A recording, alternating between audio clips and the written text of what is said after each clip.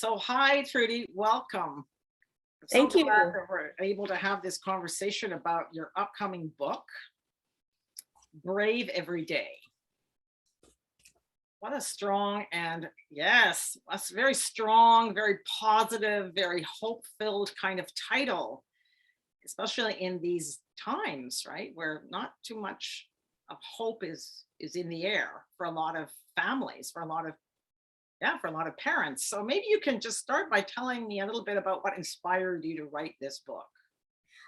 Well, what I noticed when I was traveling to schools as an author, I'm also a presenter at schools, and I educate not only kids, but also teachers and parents on the issues that I address, which is pretty sneaky of me as a children's author. And then I teach character ed and social emotional learning. When I would talk with the educators and counseling professionals at the schools, the top concern that I would hear in the schools was the increase of anxiety kids were experiencing as young as preschool. And it's been a concern for them and also for the families of the school communities. And so what I wanted to do is really address anxiety in a different way that it has been addressed with, there are picture books out there that address worries.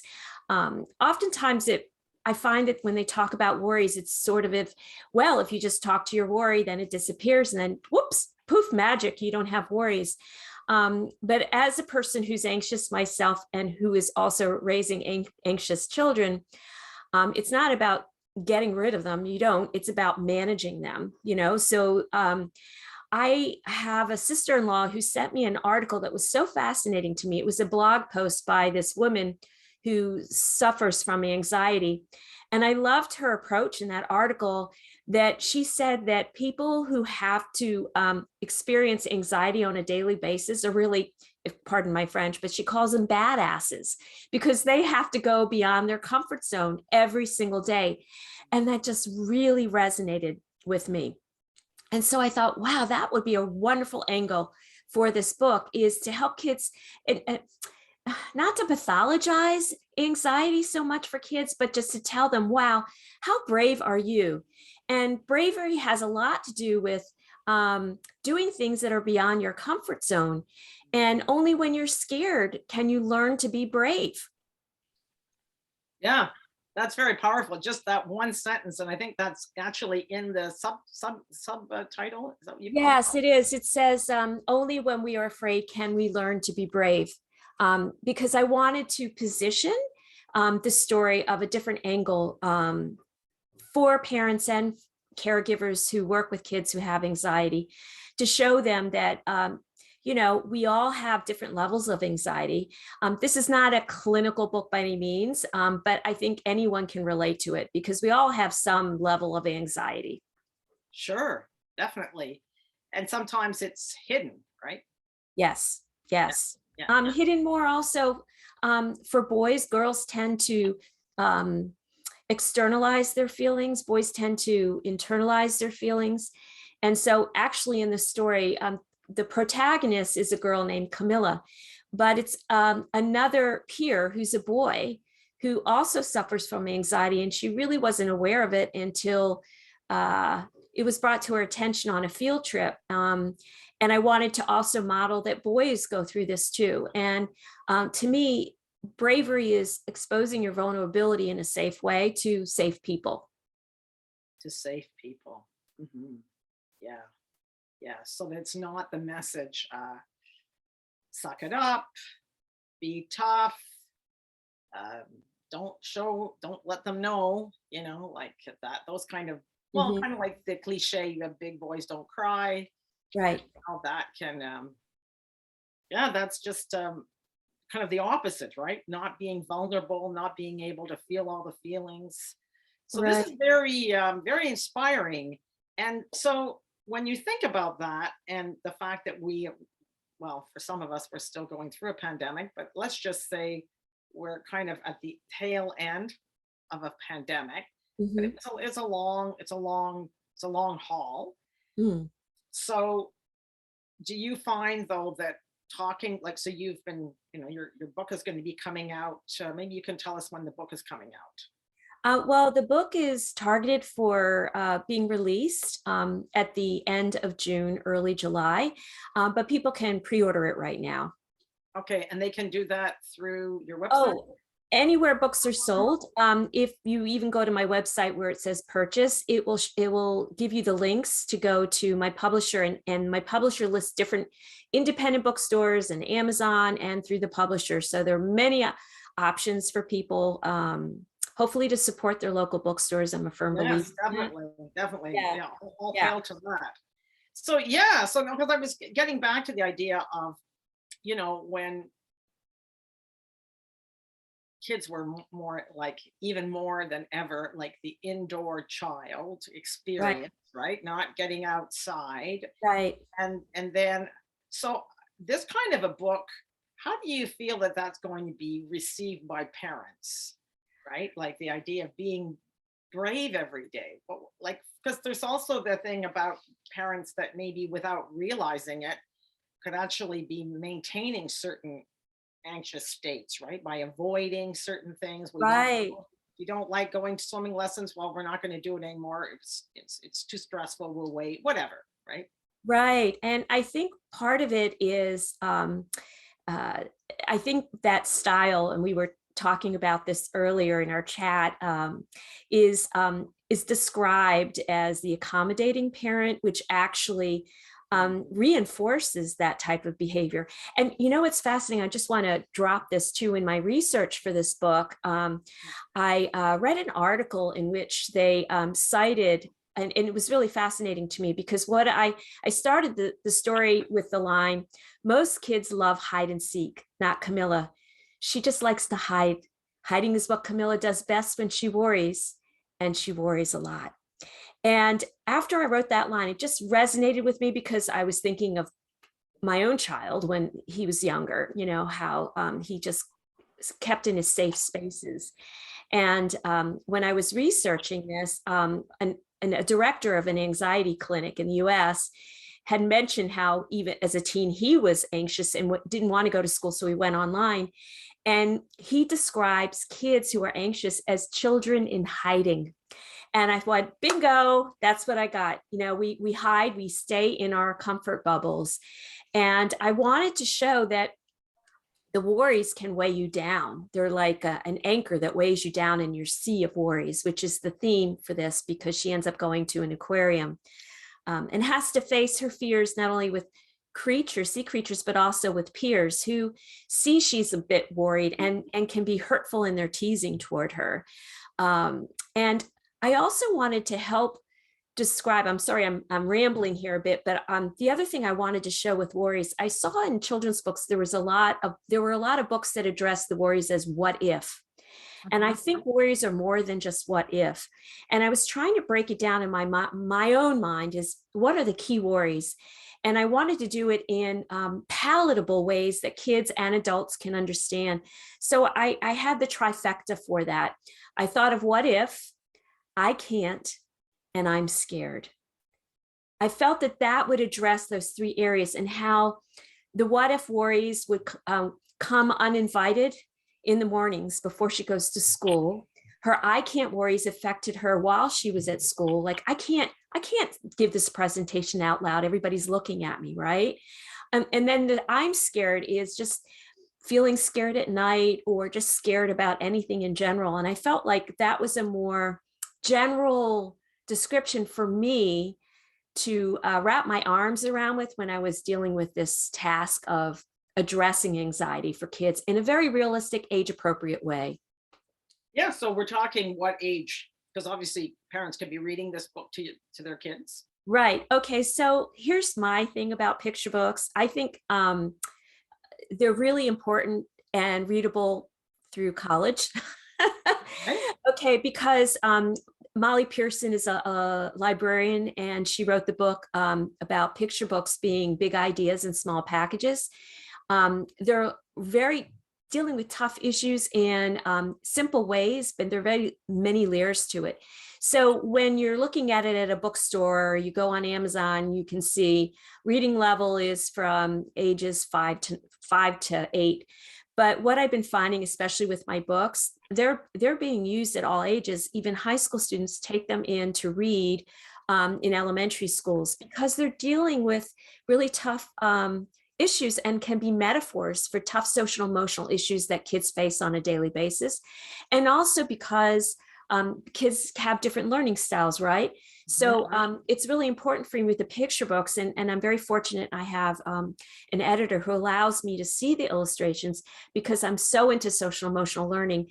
And the pictures are showing emotions along with the words. So you have, it's like peeling back an onion. There's so many layers to a story. And that's why I love picture books, because they're really, I mean, I know adults that love the picture books and find them very helpful. Yeah, definitely.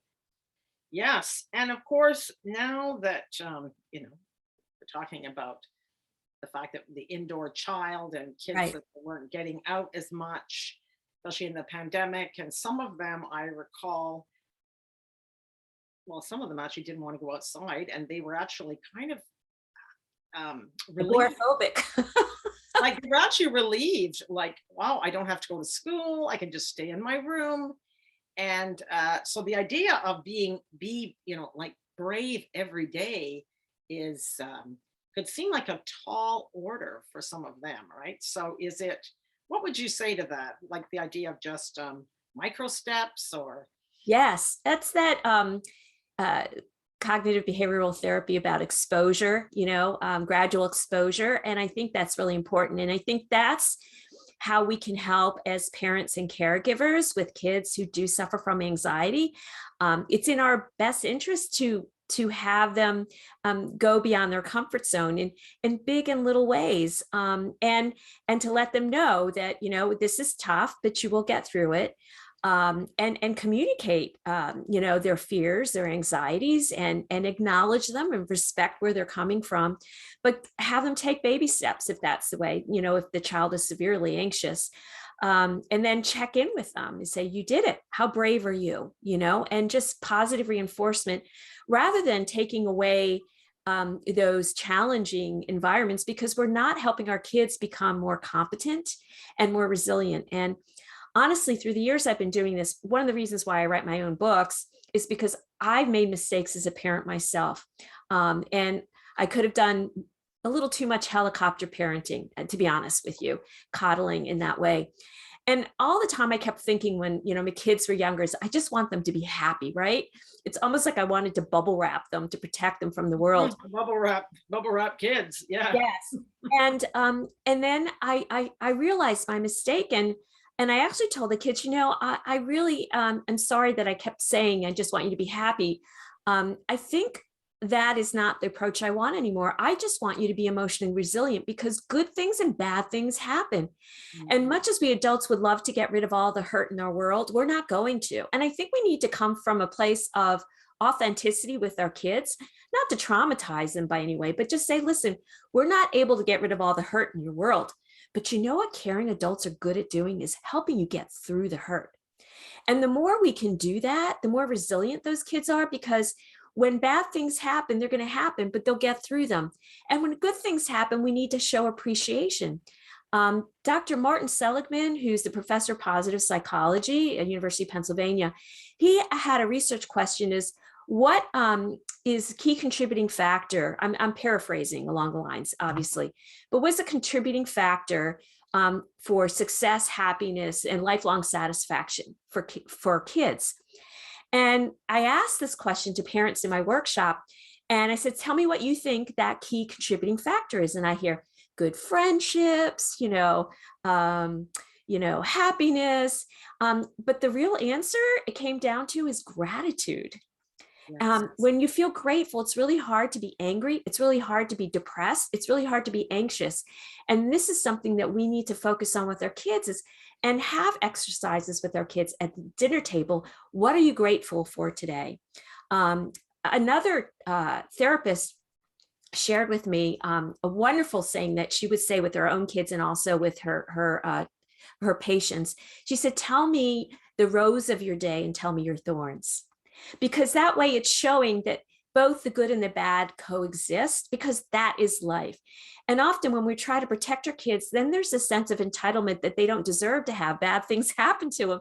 Bad things happen. It's just the way it is, whether we're good people or bad people. But this is the thing, is we'll get through those bad things, those thorns, and they happen. But we also need to focus on the good things, because for some reason in our Western culture, we are negativity biased. I mean, think of the way journalism works. I mean, it's bad news bias. That's what sells. Media sells, is all the focus on negative things that happen. And the world is more than just the negative. We just hear the negative. And there's a lot of negative going on. I'm not trying to be Pollyanna by any means, but we need to counter that too, for what we're grateful for, because that's the resilience. Well, and I think also like what you had mentioned about the TV and the 24/7, Yeah. a lot of the time that gets minimized, right? Because a lot of parents don't feel comfortable just to have just music on, or not to Right. have the TV on. It becomes comforting. There are people that, track the weather and become anxious, like Right. it's yeah, I think it's the idea of wanting certainty, right? Wanting to be able to control everything. And yeah, it doesn't always give off the right, the kind of like the best outcome for Mhm. young adults, right? And Right. that's also being researched as we speak, right? The whole area of tech addiction. So anyway, we're getting off, but I wanted to talk about also the increase in anxiety and depression, because this podcast is really for moms, so dads obviously can be listening, of kids aged 5 to 11. Right. Obviously, we know that it's not always that chronological way, but it's just that we know that there is a door, or let's say a window of possibility or influence and impact Mhm. that can either get slammed shut earlier Mhm. and earlier, because of the way a lot of the time the way kids are sometimes raised more to be peer oriented rather than hierarchical, like connecting with their parent. If the parent is, you know, just have more of a hands-off approach or whatever, and kind of maybe minimizing, well, maybe that video game isn't appropriate, you're not even anywhere near 18. Mhm. So yeah, so I wanted to talk about that, that this increase in anxiety and depression, and how things like being brave every day, sometimes kids are seeing things like maybe they don't have their own Instagram account, but they do get exposed to a lot of things. Mhm. And sometimes it's maybe being brave, but it was kind of dumb brave, like, like the kid that a lot of the time they're older, but the idea of being right next to a waterfalls and then they basically die, right? Because they're not really being brave in a wise way. So Right. Well, that's a whole other story. that's their amygdala. Yeah, yeah. No, looking for, yeah, exactly. So underdeveloped brain, right? Right. So not fully developed brain, Not fully and then developed. wanting that thrill, right? And there's lots of stories like that. So I think about, the idea of, I can't think of who said it. Maybe it was Dr. Hollowell, Mhm. about the ADHD brain, about the idea of being on, like a racing car with no brakes.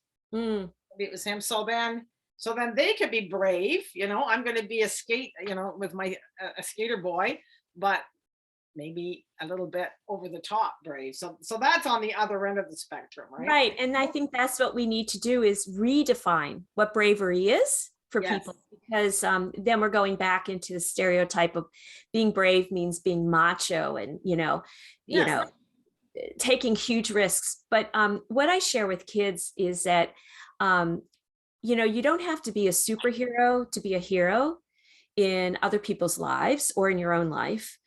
You could be an average kid. You could be an average grown up like me.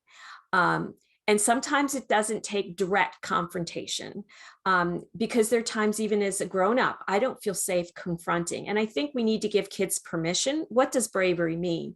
And bravery means doing things that also don't risk your safety, or the safety of others.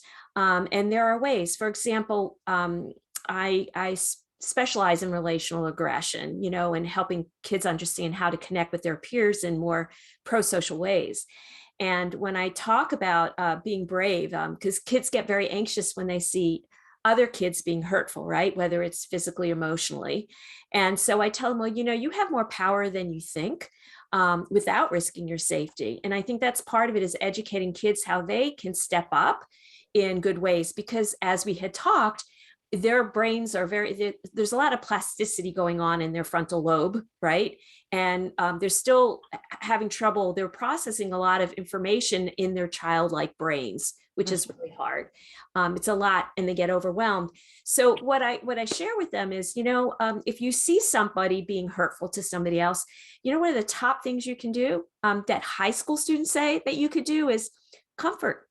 You don't have to solve the problem, so you can help them get through the hurt. You don't have to do it during, if it risks your safety. You could do it after. Text, email, talk to the person face to face, listen to that person, take their problem seriously, let them know they don't deserve it. You can do so much by reaching out and comforting.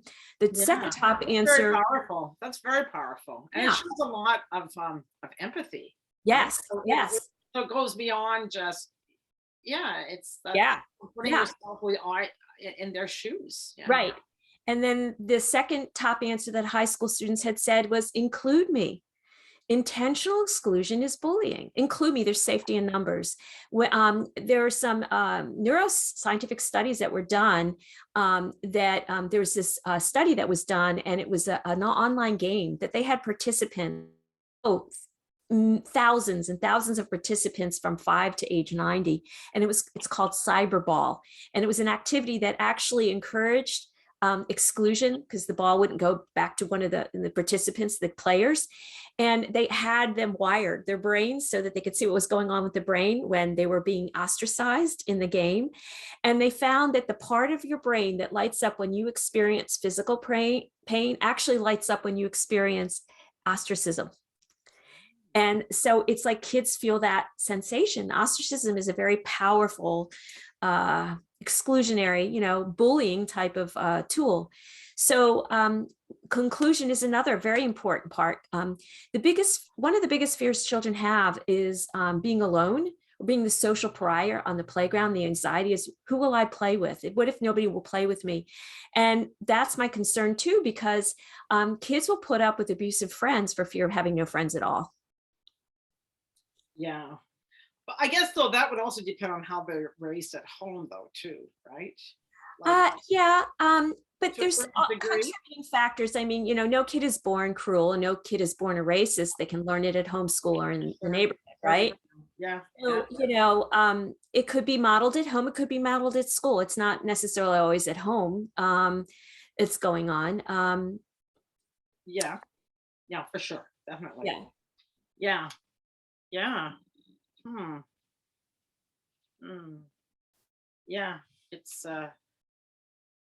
I wonder though, like, for instance, some kids, like you mentioned, we were talking, I like those 3 things that you mentioned, the what if, I can't, and I'm scared. Yeah. Yeah. Like these are they're very powerful sentences, because Right. like sometimes when I would work with kids, sometimes I've asked them, so what do you worry about? Right. Oh, that's good. And so then they would share, but then I'd say, have you shared that with your parents? And what do you think they said? No, they didn't.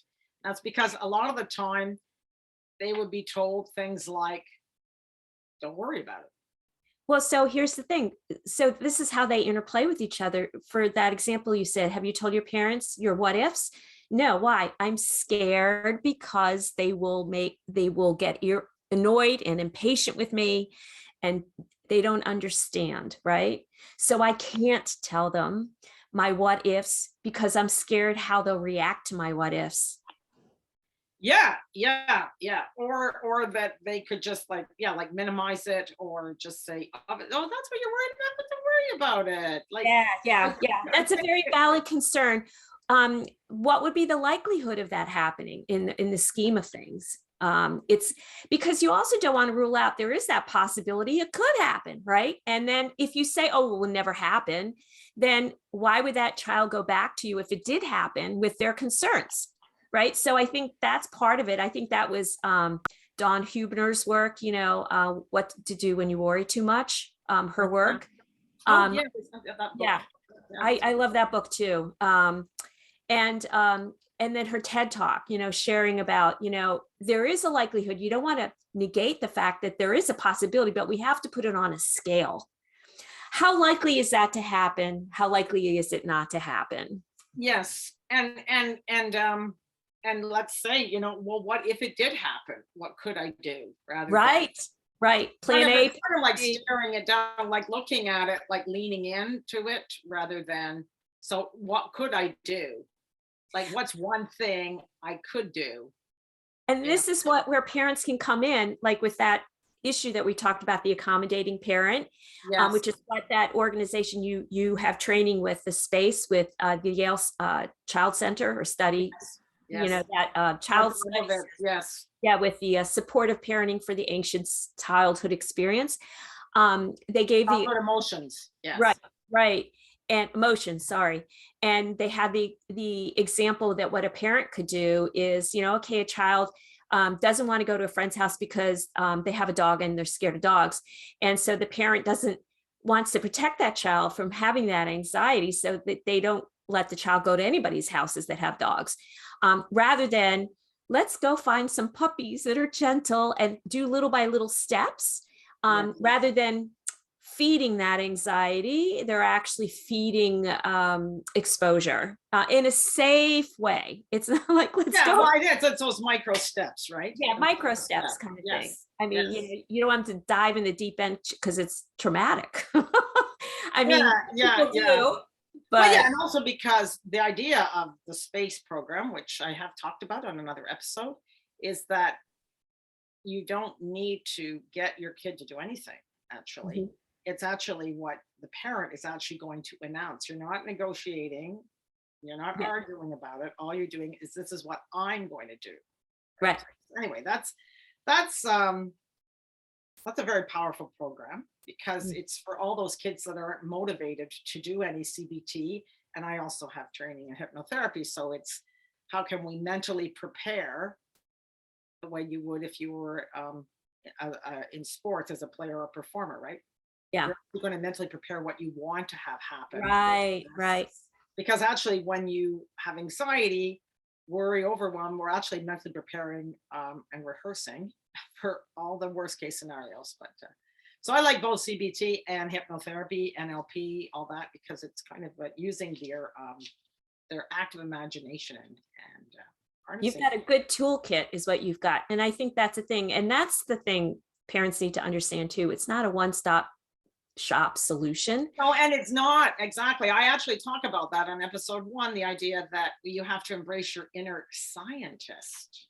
Mm, You need to be open, flexible, and use your own creativity and yeah, scientists, because we're going to try different things. It's not all, it didn't work. See, and it kind of then, like we talked about the negativity bias idea of that. Yeah, so that we're just going to say, okay, let's, or even ask their own kid, what's one thing you could do to make yourself a little bit better? Let's say if it was test taking, right. for the answer, right? What is the one thing you could do? Right? Oh, and they might actually say, well, actually I could do X or whatever. So you were someone that likes to read a lot of, do a lot of research on this because obviously for this book you did on Brave Every Day. And then there's articles that came out recently in the Atlantic. I'd like to talk about that because I think that there's a lot of good information that Yeah. general public is consuming, and Yeah. so we want to give them that kind of bit of hope, create some Right. hope. It's not all doom and gloom. Oh, my kid who is not yet an adolescent, Right. um, you know. So that article, it was in the Atlantic by Derek Thompson, and it was published in this month, actually April 11th. And in that article, there were actually numerous articles coming through recently, but I'm going to talk about the Atlantic one because it was fascinating. He was trying to understand what are the key contributing factors to the increase of anxiety, sadness, and depression in kids, especially in teens. And oftentimes people just point to one thing, primarily as social media. Kids are on social media, it's all this. So social media is not, as he calls it, rat poison in and of itself. It's a tool. It's a tool. And they're still doing research. It's still not, they're still emerging, the information that's coming from the research findings. But what they're finding is that heavy use of social media during certain times in a child's life does play an impact in increasing the anxiety and depression.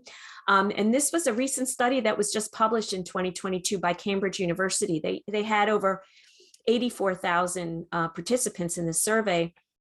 And what they noticed was that actually there were certain periods in a child's life that they were much more vulnerable, susceptible to depression and anxiety, which really was surprising results. And that was for girls, it was ages 11 to 13, and boys, it was 13 to 14 along the sides of puberty. And then there was a second curve that went up again with anxiety levels, and that was for age 19. Now, social media does play an impact because kids will see if they're included or excluded. Again, that's impacting them, the fear of missing out. But then you have this other side of it is some kids who are stressed, they go to social media as a way to calm themselves down.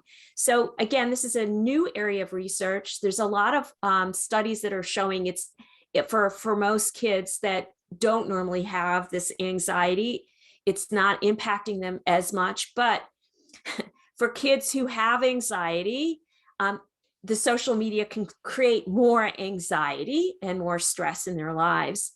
So that was one contributing factor. Another that the journalists reported was that social in-person interaction and activities have decreased.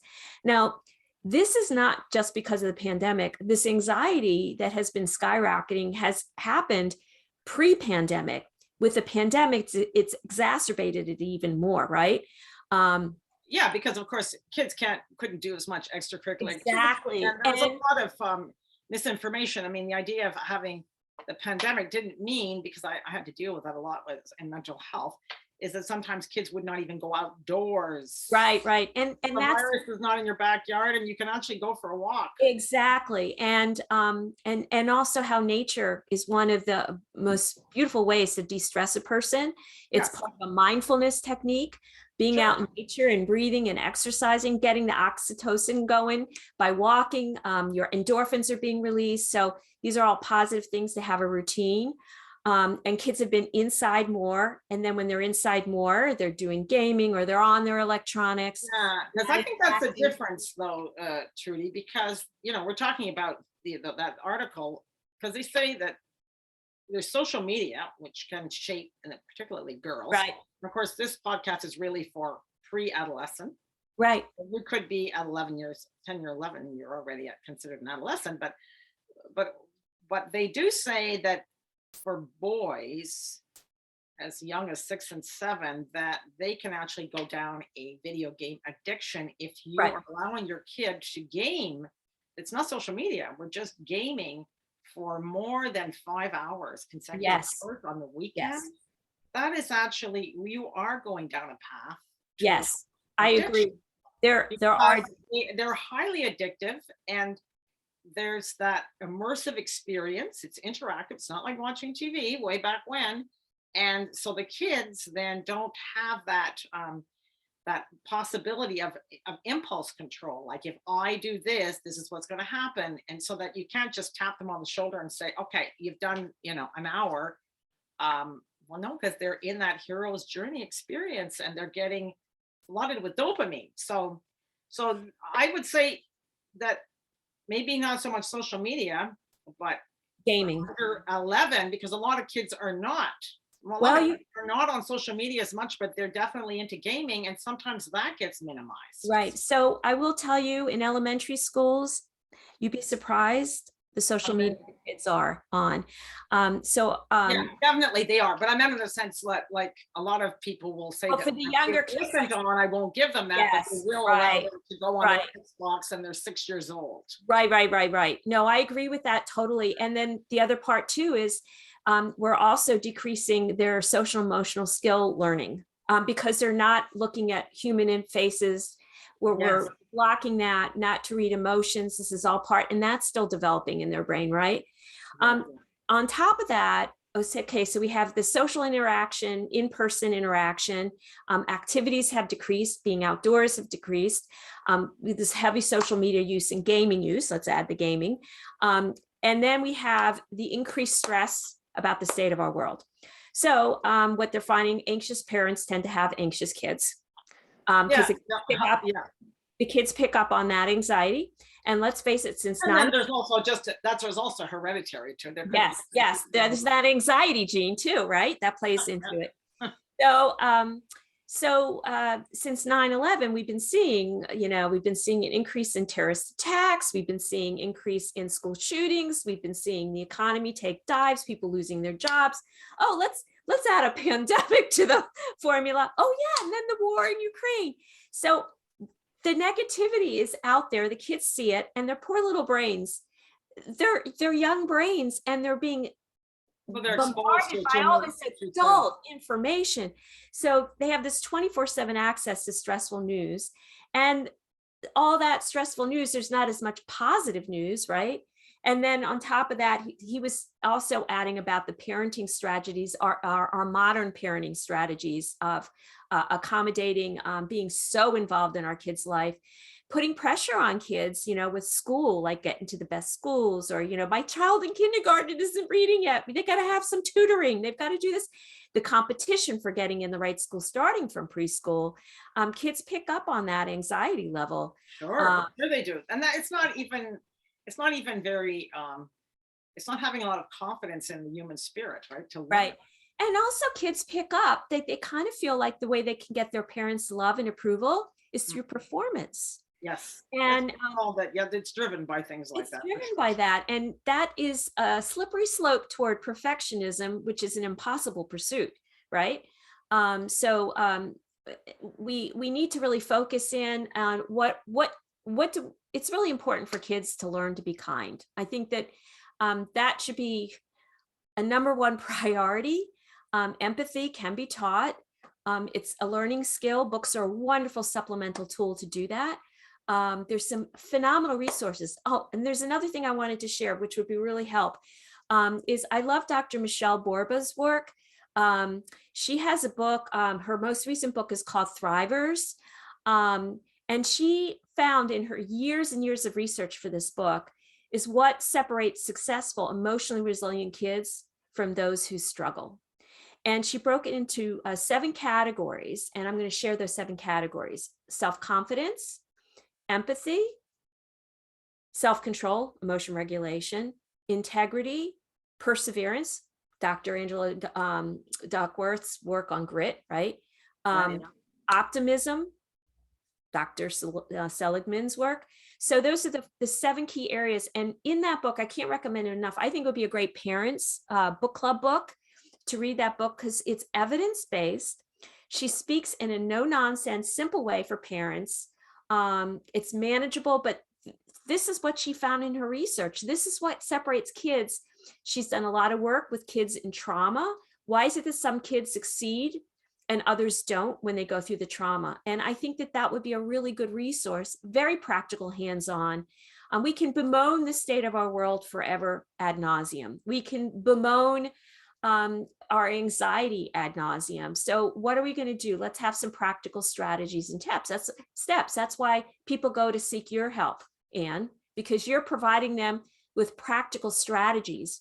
And I find that so much time and effort and attention is put to what the problem is, and not enough time, effort is done in highlighting what are the strategies to address this.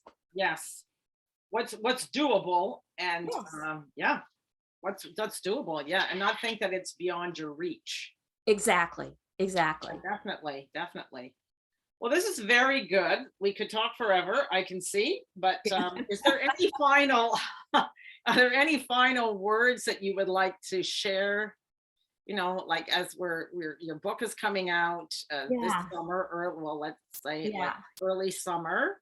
Yeah. Yeah, so Um, kind of exciting. It's something that get parents to maybe open their minds to even the idea of being brave, and how this could work for my family. right. I think it's really important that we remind ourselves that we cannot be our kids happy. That's something I kind of have to remind myself. I do the best in giving your kids tools and resources, and um, just keep the communication lines open and really listen from a place of respect, and listen not only with our ears, but also with our heart. Um, I love that Brene Brown was revising what the definition of empathy is. She says it's not really effective to think what it feels like to be in someone else's shoes. It's listening to what the person is saying, and understanding that that may not be your experience, but honoring theirs. Yes, that's so well said. Yes, honoring theirs. Honoring their experience, because it may not necessarily, it's really hard for somebody who doesn't experience anxiety to have the empathy for anxiety. Yeah, well, it's basically you're validating, and acknowledging, which comes to the idea of honoring. Yes, I might Exactly. not have that challenge, but having, and then I guess it comes down to the empathy too, right? Yeah, it's the empathy. It's Because you might not have that, but you could have it for something else. right. And tell me what it feels like in your shoes. And then, even though I don't experience that feeling, I need to respect the fact that that's a very valid feeling that you're feeling. I cannot negate your feelings. And so then actually just talking about it and getting that validation, that can bring down the anxiety a lot, right? Like, oh, I'm actually being heard. Right. Right. And I think that's the bottom line, is listening with our hearts, you Yes. know? Yes. Um, Yeah, yeah. So like that's why what they say, that the difference between the, the the head. head and the heart is like could be like halfway around the world. Yeah. Oh, I like that. I haven't heard that before. Yeah, something like that. So this has been great. Oh, thank And you so much. so maybe you could just, show us the picture of that book Oh, again. sure. Like even though this is an audio, but so it's called, just the title again, Brave Every Day. Only when we are afraid can we learn to be brave. Wonderful. So I congratulate you for that beautiful, beautiful book. Thank you. It's already a great journey, even for yourself. So no matter what age, like you mentioned earlier, that you could be, no matter how old you are, you'd be reading something like that and think, yeah, like I could be brave doing this, or, opening myself up to other possibilities, right? Well, that's part of my sneakiness as a children's author here, is because I write the books not only for the kids, but for the adults who work with them. And in my books, I have discussion questions to generate thoughtful conversations on the topic in a safe social setting. And that's what books are. I'm a real advocate of bibliotherapy. Yeah, It's not a sole cure-all, but it's a supplemental tool to have conversations in thoughtful ways. that's great. I used to, because I worked in mental health, I used to be in regular contact with psychiatrists who were always looking for books, right? So I'll have to tell them Yeah. another book to add to the collection. Well, that would be lovely. Thank you so much for having me. Great, very, very, very grateful to have had this conversation, and keep going. You're You on a roll. too. You're doing great work there, Anne. Okay, You're in the okay, bye for front now. of the trenches. Yeah.